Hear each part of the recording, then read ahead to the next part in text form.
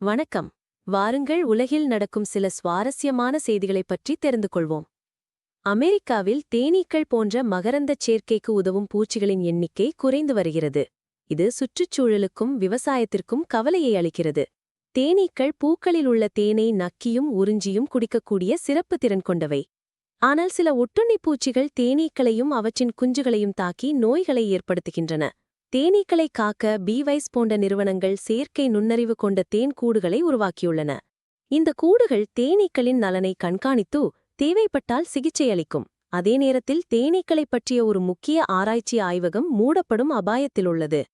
இது தேனீக்களை பாதுகாக்கும் முயற்சிகளுக்கு ஒரு தடையாக இருக்கலாம். எனவே நமது இயற்கையையும் உணவு பாதுகாப்பையும் காக்க தேனீக்களின் நலனில் உடனடியாக கவனம் செலுத்துவது மிகவும் அவசியம். சீனாவின் குய்ஜோ மாநிலத்தில் ஓயாமல் பெய்த கனமழையால் கடந்த பல ஆண்டுகளில் இல்லாத அளவுக்கு கடுமையான வெள்ளப்பெருக்கு ஏற்பட்டுள்ளது. டோங்ஜியாங் மாவட்டத்தில் ஓடும் டுலியூ ஆற்றின் நீர்மட்டம் வழக்கமான அளவை விட சுமார் 11 மீட்டர் உயர்ந்துள்ளது. ஆற்றில் வெள்ளம் மிக வேகமாக பாய்கிறது.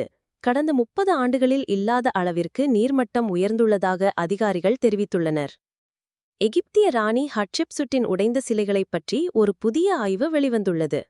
அவருடைய வளர்ப்பு மகன் 3ஆம் தட்மோஸ் கோபத்தில் அந்த சிலைகளை உடைத்ததாக நீண்ட காலமாக நம்பப்பட்டது. ஆனால் ஒரு புதிய ஆய்வில் பல சிலைகளின் முகங்கள் சேதமறியாமல் உள்ளன. கழுத்து, முழங்கால் போன்ற மூட்டுப்பகுதிகள் மட்டும் திட்டமிட்டு உடைக்கப்பட்டுள்ளன. இது ஆண் அரசர்களின் சிலைகளுக்கு செய்யப்படும் ஒரு பழைய சடங்கு முறை. சிலைகளின் ஆன்மீக சக்தியை கட்டுப்படுத்தவே இப்படி செய்துள்ளார்கள். ஒரு பெண் ஆட்சியாளரின் நினைவை அழிப்பதற்காக மட்டும் இது செய்யப்படவில்லை என்று ஆராய்ச்சியாளர்கள் கூறுகின்றனர். 3ஆம் தட்மோஸ் ஹட்செப்சுட்டின் பெயரை நினைவு நிலங்களிலிருந்து நீக்கியது உண்மைதான்.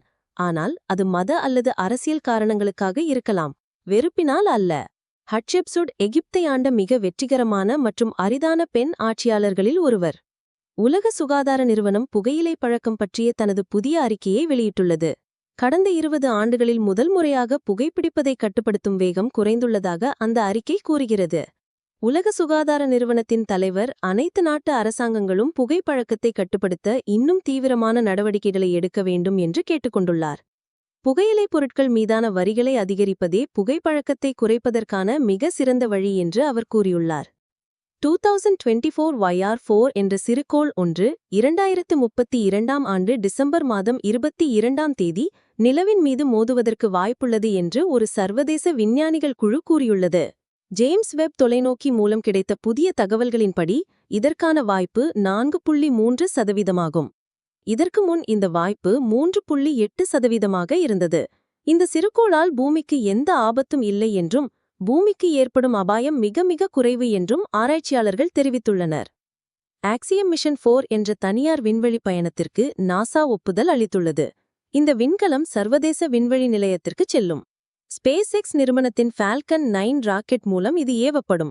இந்த பயணம் 14 நாட்கள் நீடிக்கும். இதில் 4 விண்வெளி வீரர்கள் பயணம் செய்கிறார்கள். அனுபவம் வாய்ந்த வீராங்கனை பெக்கி விட்சன் இதற்கு தலைமை தாங்குகிறார். இந்திய விமானப்படை வீரர் சுபான்ஷு சுக்லா விமானியாகச் செல்கிறார். மேலும் போலந்து மற்றும் ஹங்கேரி நாடுகளைச் சேர்ந்த 2 வீரர்களும் இதில் பயணம் செய்கின்றனர். 40 ஆண்டுகளுக்கு மேலாக இந்த இரு நாடுகளிலிருந்தும் விண்வெளிக்கு வீரர்கள் செல்வது இதுவே முதல் முறை. சீனா அறிவியல் துறையில் வேகமாக முன்னேறி வருகிறது. அந்நாடு சிச்சுவான் மாகாணத்தில் ஒரு நவீன சூரிய தொலைநோக்கியை கட்டத் தொடங்கியுள்ளது.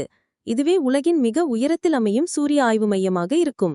இது தவிர மேலும் 2 பெரிய வானியல் தொலைநோக்கி திட்டங்களையும் சீனா தொடங்கியுள்ளது. வானியல் மட்டுமல்லாமல் அணுசக்தி மற்றும் விண்வெளி தொழில்நுட்பத்திலும் சீனா புதிய சாதனைகளை படைத்து வருகிறது. சமீபத்தில் ஒரு புதிய வகை ராக்கெட் எஞ்சினுக்கான சோதனையை வெற்றிகரமாக முடித்துள்ளது. இந்த திட்டங்கள் சீனாவின் அறிவியல் மற்றும் தொழில்நுட்ப வளர்ச்சியை காட்டுகின்றன. எகிப்திய அரசன் டூட்டன்காமனின் கல்லறையில் பாரவோனின் சாபம் என்ற ஒரு கதையுண்டு. அந்த கல்லறையில் காணப்படும் ஆஸ்பர்கில்லஸ் ஃப்ளாவஸ் என்ற நச்சுப் பூஞ்சையிலிருந்து ஆராய்ச்சியாளர்கள் புதிய மூலக்கூறுகளை கண்டுபிடித்துள்ளனர்.